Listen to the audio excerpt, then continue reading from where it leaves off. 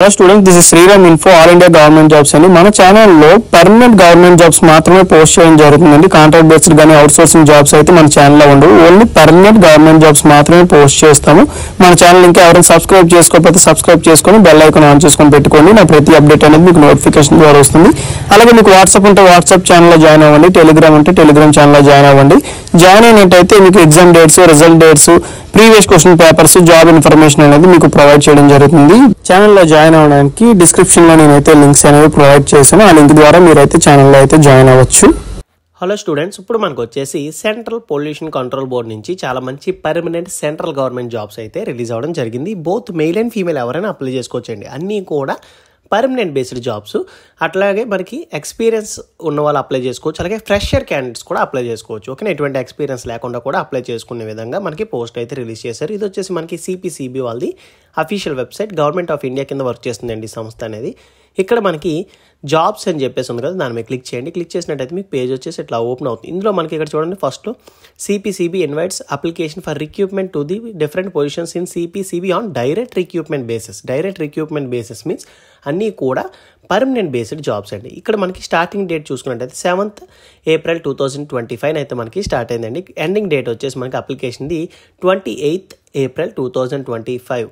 ఓకేనా, 28th April 2025 అయితే end అవుతుంది. ఈ డేట్స్ లోపు మీరు ఆన్లైన్లో అప్లై చేసుకోవాల్సి ఉంటుంది. ఇక్కడ మనకి పీడిఎఫ్ ఫార్మాట్ కనబడుతుంది కదా, దీని మీద క్లిక్ చేసినట్టయితే మీకు అఫీషియల్ నోటిఫికేషన్ అనేది ఇట్లా డౌన్లోడ్ అవుతుంది. ఈ నోటిఫికేషన్ ఇంపార్టెంట్ పాయింట్స్ అనేవి అన్నీ కూడా మీకు చాలా క్లియర్గా ఎక్స్ప్లెయిన్ చేస్తాను.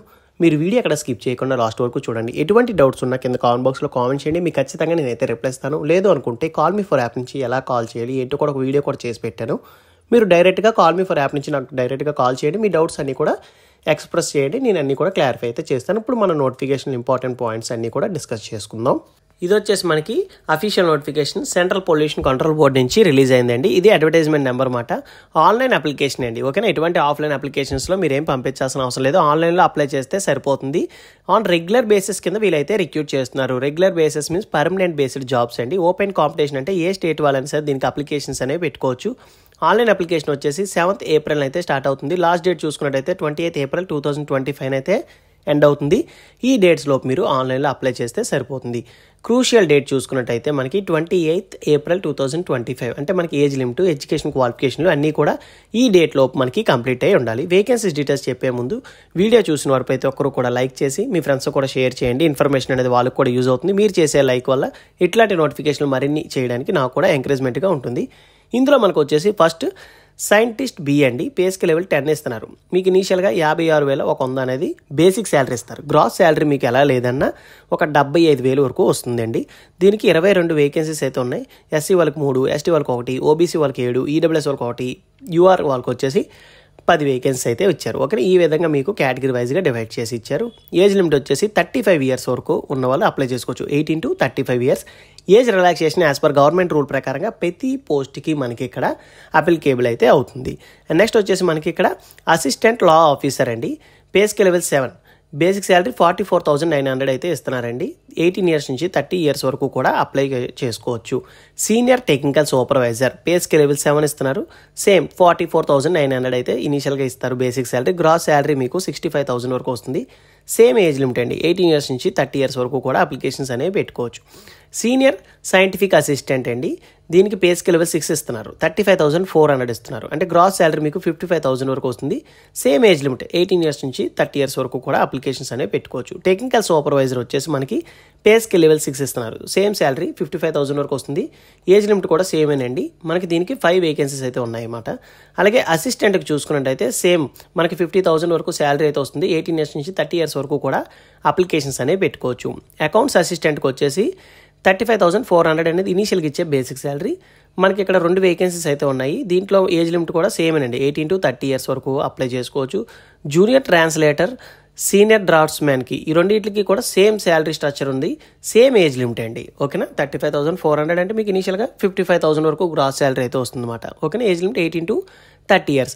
అండ్ నెక్స్ట్ ఇక్కడ మనం చూసుకున్నట్టయితే junior technician, senior laboratory assistant, upper division clerk అండి, యూడీసీ అంటారన్నమాట. ఓకేనా, అప్పర్ డివిజన్ క్లర్క్. అలాగే data entry operator grade 2, stenographer grade 2 ఓకేనా. ఈ ఏవైతే పోస్టులు చెప్పానో ఈ అన్ని పోస్టులకి కూడా శాలరీ అనేది స్ట్రక్చర్ సేమ్గా ఉంటుంది. 25,500 అనేది మీకు ఇనీషియల్గా ఇచ్చే బేసిక్ శాలరీ. గ్రాస్ శాలరీ వచ్చేసి మీకు 45,000 వరకు వస్తుంది ఓకేనా. నెలకు వచ్చే జీతం 45,000 వరకు వస్తుంది. ఏజ్ లిమిట్ కూడా సేమేనండి, 18 years to 27 years వరకు కూడా అప్లికేషన్స్ అనేవి పెట్టుకోవచ్చు. అండ్ నెక్స్ట్ వచ్చేసి మనకి ఇక్కడ junior laboratory assistant, lower division clerk, ఈ రెండింటికి శాలరీ అనేది ఒకలా ఉంటుందన్నమాట. 19,900 ఇస్తారు. అంటే గ్రాస్ శాలరీ మీకు 30,000 వరకు వస్తుందండి.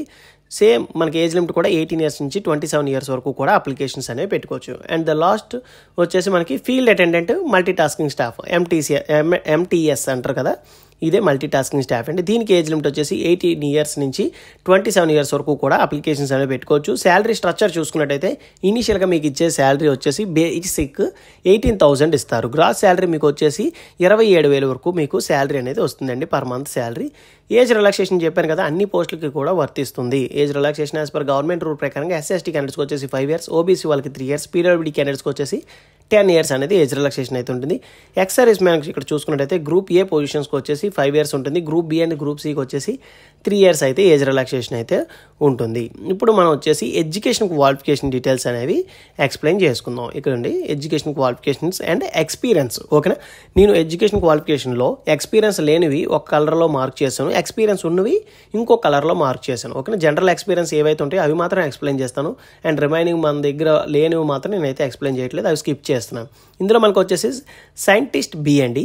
దీనికి ఎడ్యుకేషన్ క్వాలిఫికేషన్ వచ్చేసి బీఈ బీటెక్ చేసిన వాళ్ళు అప్లై చేసుకోవచ్చు. అది కూడా ఏ బ్రాంచ్లో వాళ్ళు అప్లై చేసుకోవచ్చు అంటే ఇక్కడ ఎన్విరాన్మెంటల్ ఇంజనీరింగ్ చేసిన వాళ్ళు అప్లై చేసుకోవచ్చు, లేదా సివిల్ ఇంజనీరింగ్ చేసిన వాళ్ళు అప్లై చేసుకోవచ్చు, ఇన్స్ట్రుమెంటేషన్ ఇంజనీరింగ్ చేసిన వాళ్ళు అప్లై చేసుకోవచ్చు, కెమికల్ ఇంజనీరింగ్ చేసిన వాళ్ళు అప్లై చేసుకోవచ్చు, మెకానికల్ ఇంజనీరింగ్ చేసిన వాళ్ళు అప్లై చేసుకోవచ్చు, ఆర్టిఫిషియల్ ఇంటెలిజెన్సీ చేసిన వాళ్ళు అప్లై చేసుకోవచ్చు, కంప్యూటర్ సైన్స్ చేసిన వాళ్ళు అప్లై చేసుకోవచ్చు, అలాగే ఇన్ఫర్మేషన్ టెక్నాలజీ చేసిన వాళ్ళు కూడా అప్లికేషన్స్ అనేవి పెట్టుకోవచ్చు. ఈ సైంటిస్ట్ బి అనే పొజిషన్కి బీఈ బీటెక్లో ఏవైతే నేను ఇప్పుడు రిలవెంట్ ట్రేడ్స్ చెప్పానో environmental engineering, civil engineering, instrumentation, chemical engineering, mechanical engineering, అలాగే artificial intelligence, computer science, information technology, ఈ 8 బ్రాంచుల్లో ఎవరైనా సరే దీనికి అప్లికేషన్స్ అనేవి పెట్టుకోవచ్చు. నెక్స్ట్ వచ్చేసి ఎక్స్పీరియన్స్కి ఇట్లా పెట్టానండి నేను ఓకేనా. ఎక్స్పీరియన్స్కి ఈ కలర్లో పెట్టాను. సీనియర్ టెక్నికల్ సూపర్వైజర్ అండి.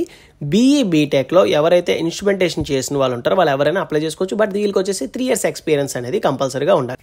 అండ్ నెక్స్ట్ వచ్చేసి టెక్నికల్ సూపర్వైజర్ అండి. దీనికి ఎడ్యుకేషన్ క్వాలిఫికేషన్ వచ్చేసి బీఈ బీటెక్లో మెకానికల్ ఇంజనీరింగ్ చేసిన వాళ్ళు అప్లై చేసుకోవచ్చు, ఇన్స్ట్రుమెంటేషన్ ఇంజనీరింగ్ చేసిన వాళ్ళు అప్లై చేసుకోవచ్చు, ఎలక్ట్రికల్ ఇంజనీరింగ్ చేసిన వాళ్ళు అప్లై చేసుకోవచ్చు. బట్ ఈ 3 బ్రాంచ్లకు కూడా కామన్గా మనకి 3 years ఎక్స్పీరియన్స్ అనేది ఉండాలి. అండ్ నెక్స్ట్ వచ్చేసి అసిస్టెంట్ పోస్ట్ అండి. Bachelor of degree from recognized university అని చెప్పి ఇవ్వడం జరిగింది. అంటే BE, BTech, BSc, BCom, CA, B Pharmacy, D Pharmacy degree అర్హత ఉంటే చాలు మీరు ఈ పొజిషన్కి అప్లై చేసుకోవచ్చు. ఎనీ డిగ్రీ ఓకేనా. దీనికి టైపింగ్ అయితే వచ్చి ఉండాలి. ఇంగ్లీష్ అయితే 35 words per minute అయితే మీరు టైప్ చేయాలి. లేదనుకుంటే హిందీ అయితే 30 words per minute అయినా టైప్ చేయాలి. మీకు టైపింగ్ స్పీడ్ రాకపోయినా అప్లై చేయండి. అప్లై చేసిన తర్వాత మీ దగ్గర ల్యాప్టాప్ ఉంటే ల్యాప్టాప్, లేదంటే పీసీ ఉంటే పీసీలో మీరు ఒకసారి ట్రై చేయండి, ప్రాక్టీస్ అవ్వండి ఓకేనా. అండ్ నెక్స్ట్ వన్ వచ్చేసి మనకి సీనియర్ డ్రాఫ్ట్స్మెన్ అండి. బీఈ బీటెక్లో సివిల్ ఇంజనీరింగ్ చేసి 3 years ఎక్స్పీరియన్స్ ఉన్న వాళ్ళు దీనికి అప్లై చేసుకోవచ్చు. జూనియర్ టెక్నీషియన్కి చూసుకున్నట్టయితే డిప్లొమా ఇన్ ఎలక్ట్రికల్ ఇంజనీరింగ్ ఓకేనా. ఎవరైతే త్రిబుల్ ఈ వాళ్ళు ఉంటారో డిప్లొమాలో 1 year ఎక్స్పీరియన్స్ ఉన్న వాళ్ళు మాత్రం దీనికి అప్లికేషన్స్ అనేవి పెట్టుకోవచ్చు. అండ్ నెక్స్ట్ వచ్చేసి మనకి యూడీసీ అప్పర్ డివిజన్ క్లర్క్ అండి. దీనికి ఎడ్యుకేషన్ క్వాలిఫికేషన్ వచ్చేసి any degree, BE, BTech, BSc, BCom, any degree అండి. డిగ్రీ సర్టిఫికేట్ ఉంటే చాలు మీరు దీనికి అప్లై చేసుకోవచ్చు. 35 words per minute ఇంగ్లీష్ అయినా టైప్ చేయాలి, లేదంటే 30 words per minute హిందీ అయినా మీరు టైప్ చేయాల్సి ఉంటుందన్నమాట. అండ్ నెక్స్ట్ వచ్చేసి డేటా ఎంట్రీ ఆపరేటర్ గ్రేడ్ 2 అండి. దీనికి ఎడ్యుకేషన్ క్వాలిఫికేషన్ వచ్చేసి 12th standard అని చెప్పేసి ఇవ్వడం జరిగింది. అంటే మనకి ఇంటర్లో ఏ బ్రాంచ్ వాళ్ళైనా సరే దీనికి అప్లికేషన్స్ అనేవి పెట్టుకోవచ్చు. ఎంపీసీ, బైపీసీ, వొకేషనల్ కోర్సు ఎవరైనా అప్లై చేసుకోవచ్చు. ఇక్కడ a speed test of not less than 8,000 characters మీరు ఏంటంటే ఈ 8,000 కీస్ అనేవి మీరు టైపింగ్ స్పీడ్ అయితే ఉంటుంది. మీకు టైపింగ్ స్పీడ్ ఉన్నట్టయితేనే మీరు దీనికి అప్లై చేయండి. అండ్ నెక్స్ట్ వచ్చేసి స్టెనోగ్రాఫర్ గ్రేడ్ 2 అండి. దీనికి వచ్చేసి 12th standard are it's equivalent అని అంటున్నారు. అంటే మనకి ఇంటర్లో ఏ బ్రాంచ్ వాళ్ళైనా అప్లై చేసుకోవచ్చు, అలాగే డిప్లొమాలో ఏ బ్రాంచ్ వాళ్ళైనా అప్లై చేసుకోవచ్చు. Civil engineering, triple E, ECE, CSC, mechanical engineering, automobile ఎవరైనా సరే ఓకే కెమికల్ వాళ్ళు కూడా దీనికి అప్లై అయితే చేసుకోవచ్చు. స్కిల్ టెస్ట్ అయితే ఉంటుంది. స్టెనోగ్రాఫర్ ప్రొఫిషియన్సీ అనేది మీకు వచ్చి ఉండాలన్నమాట. అండ్ నెక్స్ట్ వచ్చేసి జూనియర్ ల్యాబొరేటరీ అసిస్టెంట్ అండి.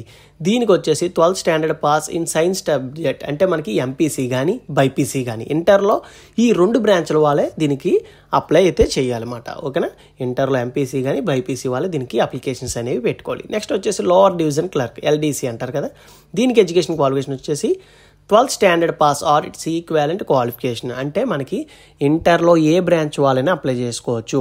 ఇంటర్లో ఎంపీసీ బైపీసీ వొకేషనల్ కోర్స్ ఎవరైనా అప్లై చేసుకోవచ్చు. అలాగే డిప్లొమాలో ఈసీ కానీ త్రిబుల్ ఈ కానీ నెక్స్ట్ వచ్చేసి సివిల్ ఇంజనీరింగ్ కానీ మెకానికల్ ఇంజనీరింగ్ కానీ ఎవరైనా ఏ బ్రాంచ్ వాళ్ళైనా కెమికల్ ఇంజనీరింగ్ వాళ్ళు కూడా దీనికి అప్లికేషన్స్ అనేవి పెట్టుకోవచ్చు. ఎల్డీసీ పొజిషన్కి మీకు స్కిల్ టెస్ట్ అయితే ఉంటుంది. స్కిల్ టెస్ట్లో మీకు టైపింగ్ అయితే వచ్చి ఉండాలన్నమాట. 35 words per minute ఇంగ్లీష్ అయినా టైప్ చేయాలి, లేదా 30 words per minute హిందీ అయినా టైప్ చేయాల్సి ఉంటుంది. ఫీల్డ్ అటెండెంట్కి మల్టీ టాస్కింగ్ స్టాఫ్కి education qualification same 10th class pass అయితే సరిపోతుంది. ఎటువంటి ఎక్స్పీరియన్స్ కూడా మీకు ఏమీ అవసరం అయితే లేదు. ఈ 2 పోస్టులకి కూడా 10th క్లాస్ అర్హత ఉంటే సరిపోతుంది, మీరు అప్లై చేసుకోవచ్చు. జనరల్ ఇన్స్ట్రక్షన్స్ చూసుకున్నట్టయితే మనకి అప్లికేషన్ ఫీజు వచ్చేసి మనకి 1000 రూపీస్ ఉంటుంది. అండ్ నెక్స్ట్ వన్ వచ్చేసి 500 రూపీస్ అయితే ఉంటుంది. అంటే ఇందులో మనకి ఎగ్జామినేషన్ ఫీజు అండ్ నెక్స్ట్ వచ్చేసి సెక్షన్ ఫీజు అని చెప్పేసి ఉంటుందన్నమాట. ఓకేనా, ఈ విధంగా మీరు పే చేయాల్సి ఉంటుంది అప్లికేషన్ ఫీజు. అండ్ ఎగ్జామ్షన్ కూడా ఉందండి. SC ST PWD ex servicemen all category women's అండి. ఓకేనా, ఓబీసీలో ఉమెన్స్ అయినా యూఆర్ అయినా ఈడబ్ల్యూఎస్ అయినా ఎవరైనా సరే ఆ ఉమెన్స్ ఎవరు కూడా అప్లికేషన్స్ ఫీజు అయితే పే చేయాల్సిన అవసరం అయితే లేదు. బట్ వీళ్ళు వచ్చేసి మీకు 1 hour టెస్ట్ అని చెప్పేసి 250 రూపీస్, అలాగే 1 hour టెస్ట్ సిరీస్ అని చెప్పేసి 150 రూపీస్ అయితే ఛార్జెస్ అయితే చేస్తారు. At the time of registration టైంలో మీకు ఇది ఉంటుంది. సెక్షన్ ఫీజు అనేది ఉంటుందన్నమాట. నెక్స్ట్ వన్ వచ్చేసి మనకి board reservation the right to position selected candidates anywhere in India. మీకు ఇండియాలో పోస్టింగ్ అనేది ఎక్కడైనా ఇవ్వచ్చు. ఓకేనా, నెక్స్ట్ వచ్చేసి మీరు స్కానర్డ్ కాపీస్ మీరు ఏమీ అప్లోడ్ చేయాల్సిన అవసరం లేదు. మీరు అప్లై చేస్తున్నప్పుడు మీ డాక్యుమెంట్స్ అన్ని స్కాన్ చేసి అప్లోడ్ చేయాల్సిన అవసరం లేదు. At the time of document verification మీరు అన్ని డాక్యుమెంట్స్ కూడా పట్టుకెళ్ళాలి, జిరాక్స్ కాపీస్ అంటే ఒరిజినల్ కాపీస్ కూడా. అండ్ అనదర్ ఇంపార్టెంట్ పాయింట్స్ ఇక్కడ మనం చూసుకున్నట్టయితే request for changing mailing address. మీరు ఒక్కసారి రిజిస్టర్ అయిపోతే మీ మెయిల్ కానీ మొబైల్ నెంబర్ కానీ చేంజ్ చేసే అవకాశం అయితే లేదు. 1-2 సార్లు చెక్ చేసుకొని మీరు ఈ డీటెయిల్స్ అనేవి ఇవ్వండి.